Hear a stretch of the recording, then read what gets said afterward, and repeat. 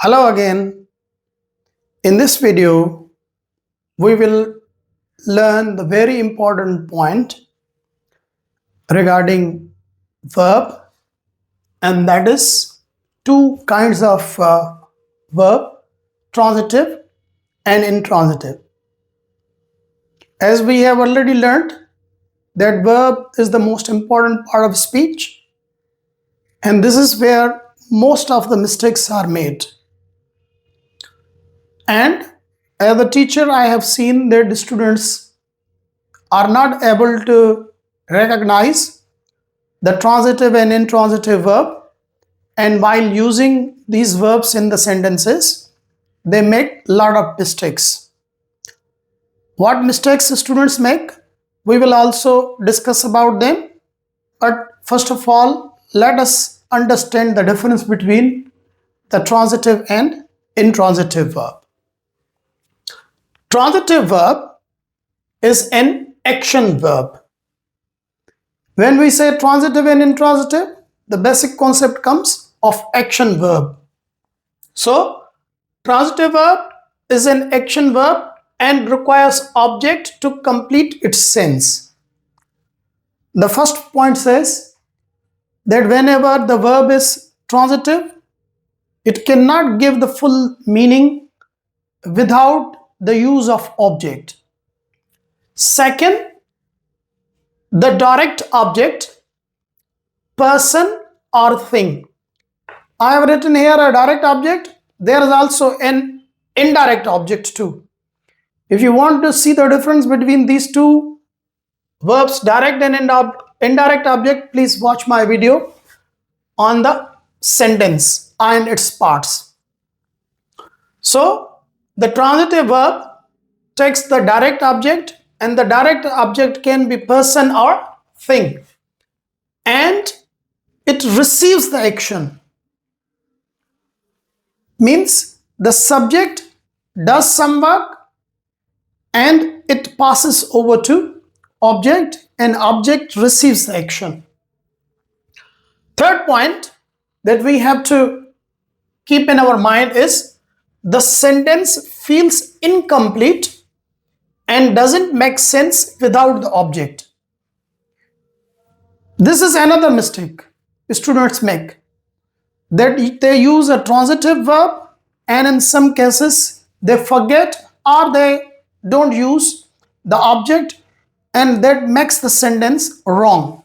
So this is very strong and important point, that if you are not using the object with the transitive verb, the sentence will be incomplete or it feels senseless or it has no proper sense. The key points that we have to keep in our mind to understand the transitive verb properly is that the action transforms from the subject to object. The concept of the transitive verb is that the subject does some work and it passes over to object. It transfers to object. Then normally transitive verb is changed into passive voice. In English, active and passive are very important grammatical points that every learner must know about them. So when we are changing, or we have to change a sentence from active to passive, the first thing we have to keep in our mind is that to check whether the verb used in the sentence is transitive or intransitive. If the sentence contains intransitive verb, the sentence will not be changed into passive voice. But if the sentence contains transitive verb, that sentence can be changed into passive voice. This is the last point. Let us also have a look at some examples of transitive verb. He colored the wall. The verb in this sentence is colored. This is the action. Who performed its action? He. And it was transferred to the wall. Subject did this thing and it was transferred to the object, that is wall. The janitor locked the doors. The janitor is the subject, a person who looks after the building. He did the work of locking and it was transferred to doors. If I remove the object from here, I say the janitor locked. The sentence does not have a proper sense. Or he colored, and I remove the object from this sentence, again the sentence will be incomplete. She attempted all the questions. Here she attempted, and I remove the object from this sentence.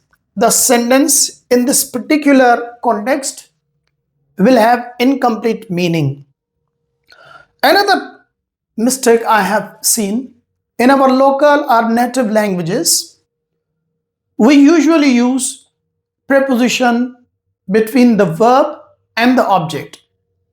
And most learners here make this mistake, that when they write a sentence that contains a transitive verb, they put preposition between the verb and the object. And this is very strong point from the composition point of view, that no preposition is used between the verb and the object. If I say he colored to the wall, if in case for the understanding to the wall, the sentence will be wrong.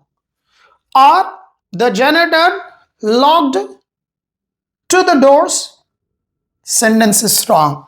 She attempted with the questions, again the sentence will be wrong. So the note says that no preposition is used between the transitive verb and its object.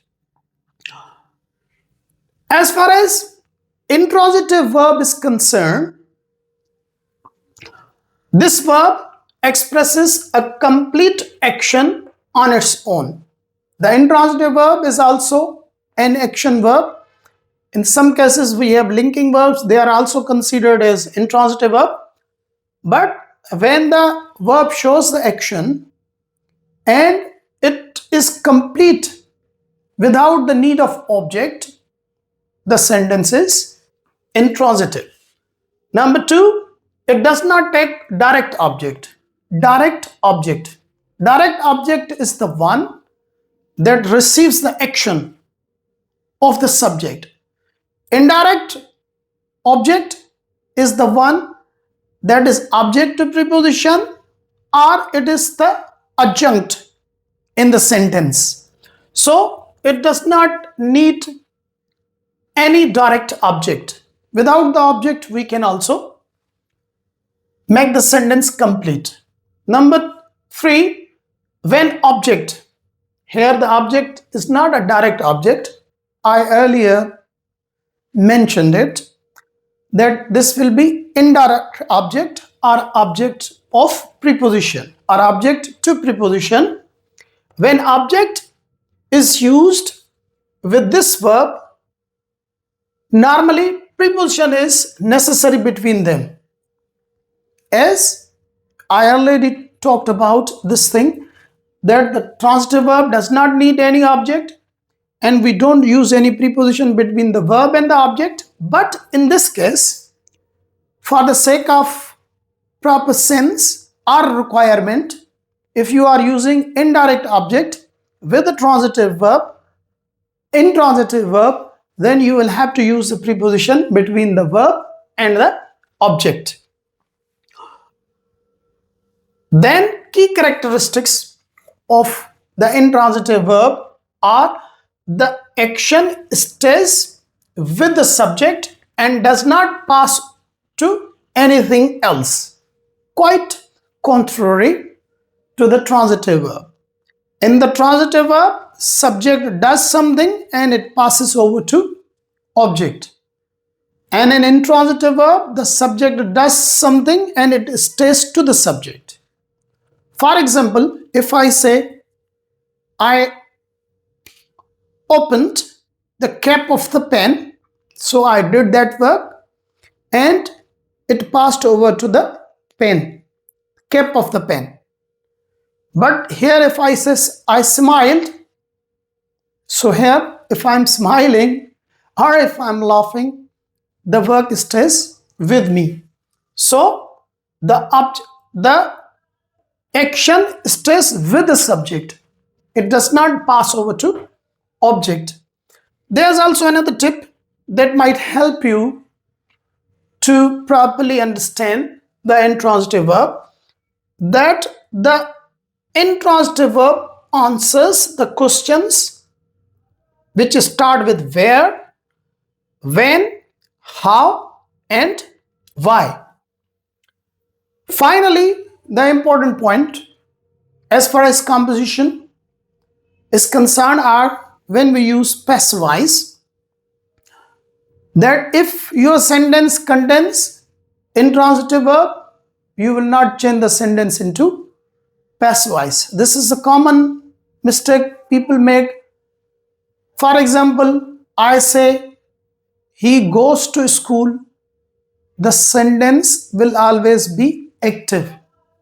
You will not change it into passive voice. So I can't say the action of going to school is done by me, as this is the common mistake. Many people think that this is the way we change the sentence into passive voice. Of course not. If I say an action of going to school is done by me, so here I am making the passive voice of do, not go. Whereas the main verb in this sentence is he goes to school. So the passive voice of intransitive verb is not normally done. In some cases, exceptions are there, because in English language there are a lot of exceptions. But these are the basic and fundamental rules, that intransitive verb does not change into passive voice. Now, let us understand the intransitive verb through the examples. The best friends sometimes quarrel. Here the verb is quarrel. Who quarrel? Best friends. And with who? With themselves. The work of quarreling stays with friends, which is the subject, and that makes the verb intransitive. The rain lasted all afternoon. What lasted all afternoon? Rain. So rain, the action of lasting remained with the subject itself. During vacation, time passes rapidly. And here the subject of the sentence is time and its verb is passes, but the activity remains with the subject, that is time. It does not pass over to anything else. But if I want to give indirect object or adjunct to any of these sentences, then I will have to put preposition after the verb, like the best friends sometimes quarrel, and then I will put here in, and then I will use life, which will be the indirect object. So in preposition, then I put indirect object, or in grammar we call it adjunct. I hope you learned the difference between the transitive and intransitive verb. If you have any question, don't hesitate to ask. I'm also giving this thing in the description if the words on the board are not very clear to anyone. If you like this video, do like and subscribe. And until my next video, bye bye.